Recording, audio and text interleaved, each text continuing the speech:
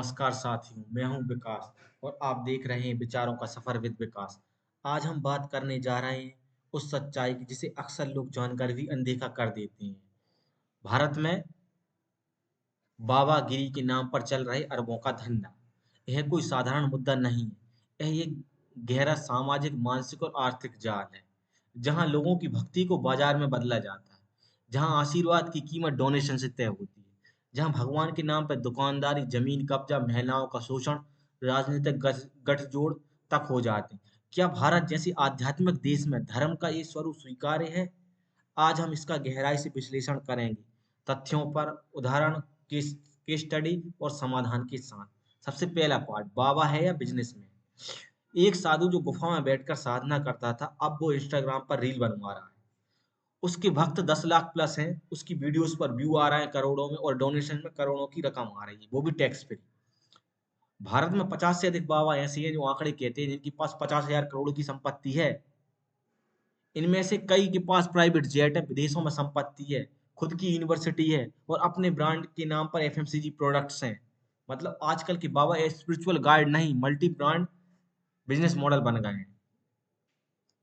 और बाबाओं और ब्रांडिंग, अब ब्रांडिंग स्ट्रेटेजी का या स्वदेशी बाबा नेशनल प्रोडक्ट निकाल देते, योग बाबा फिटनेस और लाइफस्टाइल इन्फ्लुएंसर बन जाते, भविष्य वक्ता बाबा फेयर बेस्ड मोनेटाइजेशन करते हैं, मतलब भविष्य बता के कि तेरे साथ ये गलत हो जाए, इसको तुझे ऐसा करना। एक महिला शक्ति बाबा वुमन एम्पावरमेंट की इवेंट के नाम पर टेंशन लेती है। इनका ऑनलाइन इंफ्रास्ट्रक्चर है, 1 मिलियन प्लस फॉलोअर्स हैं फेसबुक पर, 10 मिलियन यूट्यूब सब्सक्राइबर हैं, ब्रांडेड एप्स हैं, मंत्र है, हेल्थ है, मेडिटेशन। वो भक्ति नहीं जुटा रहे, कंज्यूमर बना रहा है और बोट बना रहे हैं।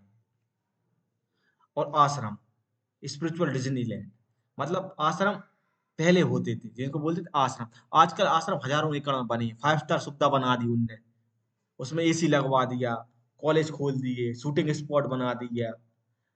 एक बाबा का आश्रम तो ऐसा था जो 7 राज्यों में फैला था। वहां 700 500 प्लस लोगों का तो परमानेंट स्टाफ था। बाबा की बायोग्राफी फिल्म रिलीज हो रही है और म्यूजिक वीडियो बना रहे हैं। मतलब साधु जीवन बहुत कठिन कसी जीवन रहता है, तो कथावाचकों ने एक धंधा बना लिया, सेलिब्रिटी लाइफस्टाइल बना रहे हैं। और ये ऐसा धंधा है जिसमें लॉस कभी होता ही नहीं, डिसीजन आता ही नहीं है भाई। और डर का व्यापार, धर्म के नाम पर साइकोलॉजिकल कंट्रोल, डर फैलाने की तरीके, अगर बाबा की बात नहीं मानी तो तेरा अशुभ हो जाएगा, दान नहीं दिया तो मोक्ष नहीं मिलेगा भाई, बाबा की सेवा नहीं करी तो पाप लग जाएगा। इसको बोलते हैं फेयर बेस्ड मार्केटिंग। पेड यज्ञ हो रहे हैं, प्रीमियम मेंबरशिप मिल रही है, ऑनलाइन कर्म सुधार पैकेज हो रहा है 500 से 11,000 तक। धर्म अब आशा नहीं, डर बेच रहा है, डर बेच रहा है भैया। बाबा और राजनीति का गठजोड़ तो एक तरफा रहता ही था, पहले भी था, अब कुछ ज्यादा ही हो गया।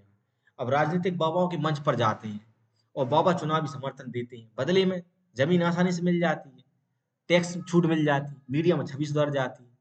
हर बाबा को देखो आजकल वो सपोर्ट करता है किसी पार्टी का ओपन मंच से। तो इससे नहीं लगता उनका गठजोड़ है। एक बाबा ने खुले मन से एक पार्टी को जीत का आशीर्वाद दे दिया, कुछ महीने बाद उसके ऊपर चल रहा है केस ही बंद हो गए। अब संत नहीं, ये सौदागर हैं जो वोट के बदले आशीर्वाद दे रहे हैं। और सबसे अच्छा बाबा कथावाचक उसको माना जाता है जिसमें भीड़ ज्यादा आ रही है। नॉलेज से मतलब नहीं, भीड़ कहाँ ज्यादा आ रही है। भेड़ बकरियों की तरह लोग आ रहे हैं, वो उससे ज्यादा। और कितने ज्यादा एक्सीडेंट हो चुकी हैं, घटनाएं हो चुकी हैं, लोगों में इतनी सबर शांति है नहीं, भगदड़, मतलब प्रवचन सुनने जा रहे हैं और उसमें ही भगदड़ मच जाती है और एक दूसरे के ऊपर चढ़ जाते हैं लोग बाग। मतलब इनका सिविक सेंस इतना नहीं बढ़ पाया, डेवलप हुआ है कथा सुनने के बाद भी, कि भाई धक्का मुक्की ना करें। और महिलाओं पर अत्याचार, देवताओं की आड़ पर दानवता हो रही है। 2012 से लेकर 2023 तक का आंकड़ा है, दर्जनों बाबा सेक्सुअल स्कैंडल में फंसे हैं, रेप केसों में जेल जा चुके हैं, उसके बाद भी लोगों पर दिमाग नहीं आया।